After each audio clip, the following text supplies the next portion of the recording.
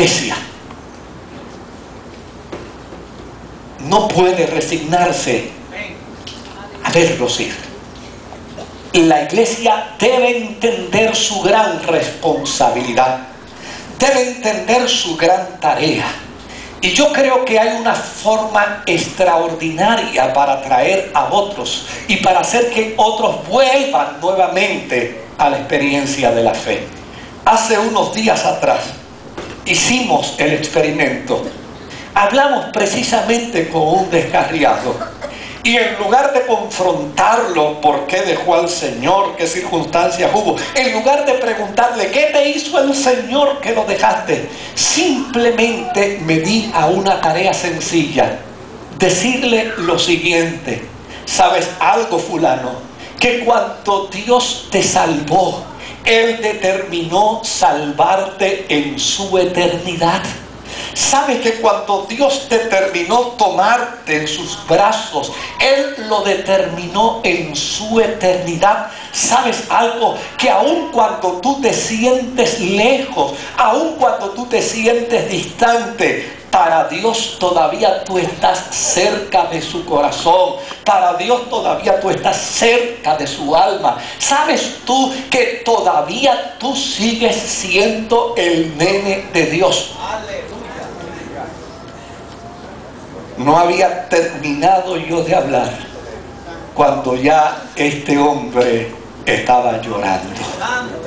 En lugar de decirle, hijo del diablo, preferiste irte a comer algarroba, preferiste irte a acostar y apacentar los cerdos, preferiste destruir. No, ese no es el mensaje.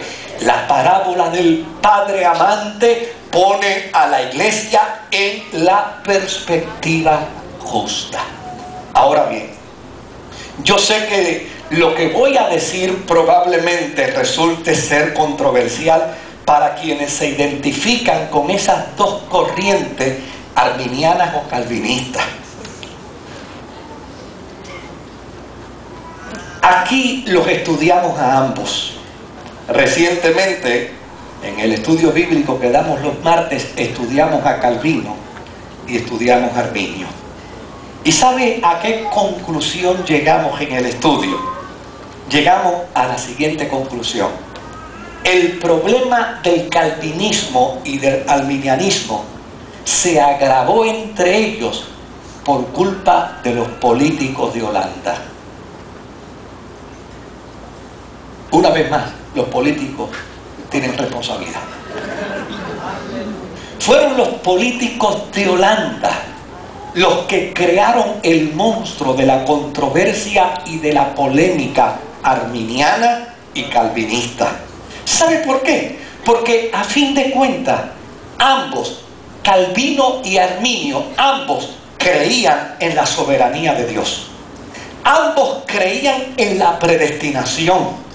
Inclusive, Calvino creía en la predestinación selectiva y Arminio creía en la predestinación universal. Es decir, así como en Adán todos mueren, en Cristo todos son resucitados.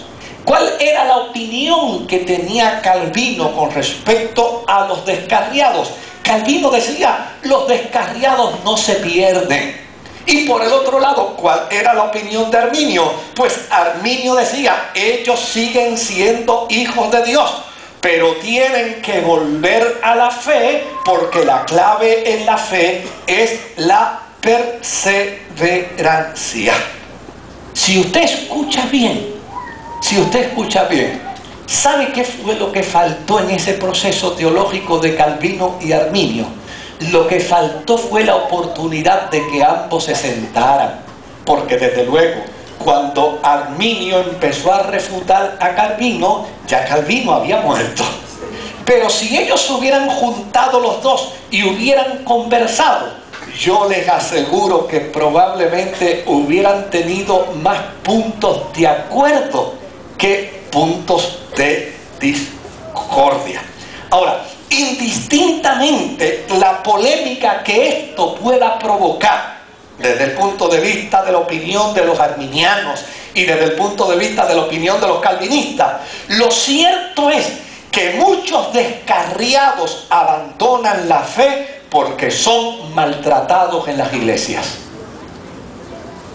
Lejos de imponerles responsabilidad, lejos de criticarlos y de condenarlos, lejos de juzgarlos y de demarcar en ellos una sentencia de muerte, nosotros tenemos que asumir una posición de responsabilidad como cristianos.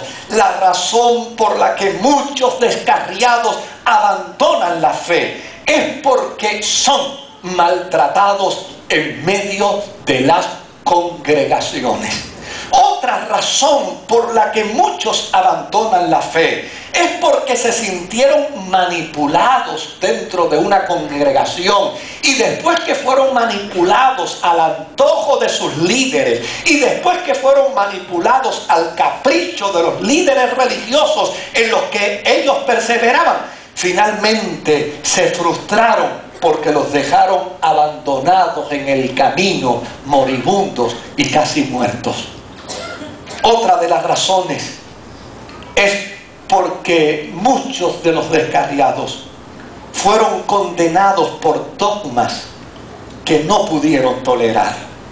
Y como resultado de la condenación de dogmas que no pudieron tolerar, no tuvieron otra alternativa que salir de las comunidades de fe que les imponían los dogmas.